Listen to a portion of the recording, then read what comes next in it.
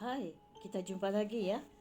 Ya, kali ini aku ingin berkongsi cerita mengajak anda ya, sama-sama kita mencarilah solusinya ya tentang kunci ataupun rahsia kejayaan kita. Jadi, apa definisi dan pencapaian kejayaan anda? Wang, ketenangan, perjalanan liburan, hubungan atau kebebasan untuk melakukan apa saja. Apa saja, bila-bila saja dan dengan siapapun yang anda inginkan. Namun, anda definisi dan pencapaian kejayaan itu adalah sesuatu yang hampir semua orang inginkan. Ya, yang kita inginkan, anda inginkan, semua orang inginkan termasuk juga saya. Ya, sementara definisi kejayaan kita mungkin berbeza ya. Namun pada intinya kita memiliki keinginan untuk berhasil ya pada suatu keinginan untuk berhasil pada satu hal atau lainnya. Namun meskipun kita semua mungkin ingin berhasil dalam sesuatu, kita tidak selalu melakukan apa yang diperlukan untuk menindaklanjutkannya ya.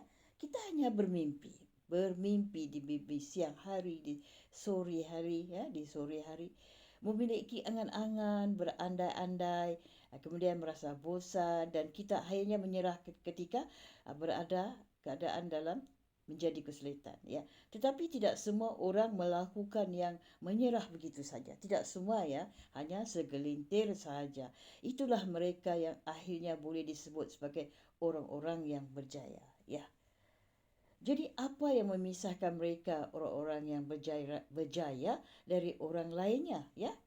Ya, setiap orang ada caranya ya. Bagaimana mereka bersedia melakukan semua yang diperlukan untuk pencapaian ataupun mencapai tujuan mereka sementara orang lain menyerah dan mengundurkan diri dan tidak mau melakukannya. Perlawanan ketika di medan perang menuju keberhasilan. Misalnya ya itu dia. Mengapa ya kita ni memang sedang berperang.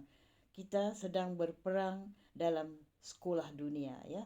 Mengapa ada orang yang bersedia mengorbankan hampir segalanya untuk menjalani kehidupan impian mereka.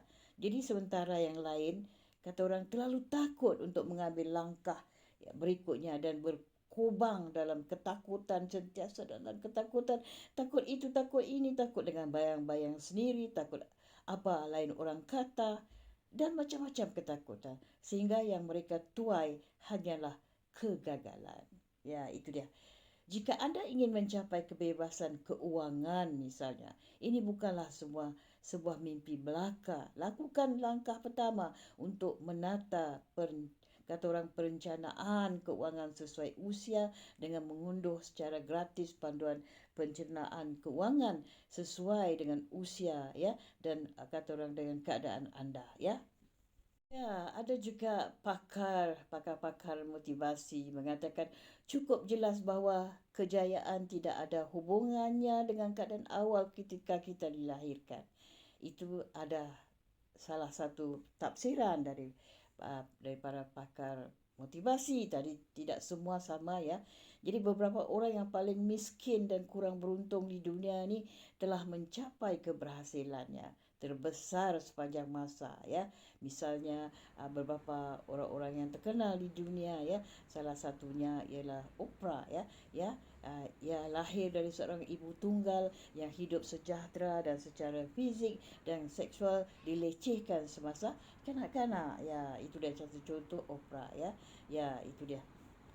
Ya, kata si bijak pandai ya, kejayaan dalam hidup tidak ada hubungannya dengan di titik mana anda mulai. Jadi, apakah rahsia kejayaan dalam hidup ini? Bagaimana kita boleh berpindah dari kehidupan yang biasa-biasa saja, kehidupan yang disebut kejayaan kecemerlangan. Meskipun ada banyak sekali buku artikel, acara televisi dan tentunya saja macam-macamlah tentang topik kejayaan dalam hidup. Kebanyakan orang masih merasa tersesat dalam mencari jalan menuju ke kejayaan mereka. Ingatlah satu hal penting ini perjalanan kejayaan setiap orang pastilah berbeza satu dengan yang lain. Tidak sama cara pandangan, sudut pandangan masing-masing. Perjalanan menuju puncak kejayaan seringkali memerlukan perjuangan sehari-hari yang tidak dapat dilakukan oleh banyak orang. Kata orang, kita tersepit, tercekik dalam lautan. Jadi keputusannya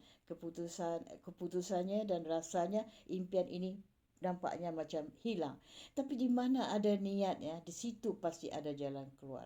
Yang pentinglah kuncinya, rahsianya adalah niat, Tentunya jika orang sukses, orang lain dapat melakukannya, kita dapat melakukannya juga, kan?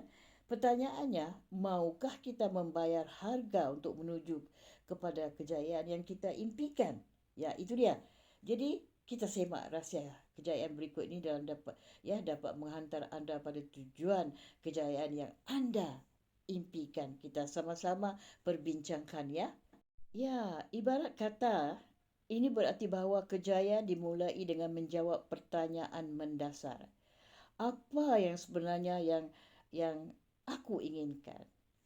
Apa yang kita membongkar gagasan di mana pemimpin memiliki gagasan yang jelas tentang apa yang diinginkan, yang dia lakukan secara profesional dan pribadi dan kekuatan untuk bertahan dalam menghadapi kemunduran, bahkan kegagalan.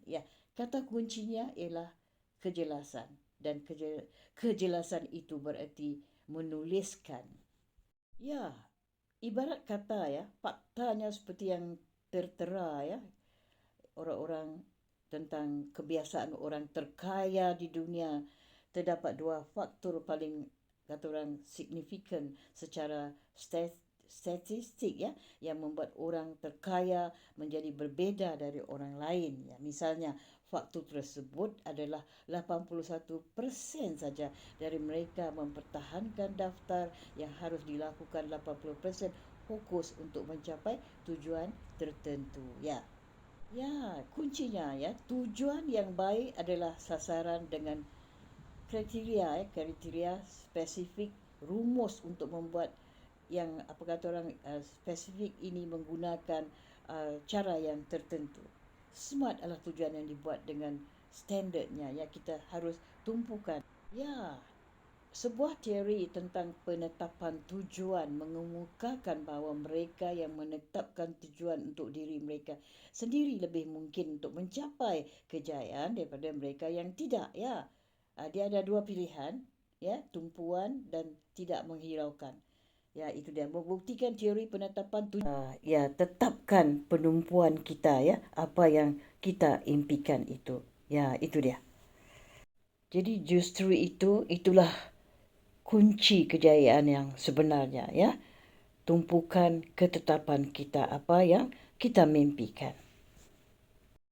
Setakat inilah dulu perkongsianku tentang mengejar impian, menetapkan tumpuan kita untuk mencapai kejayaan.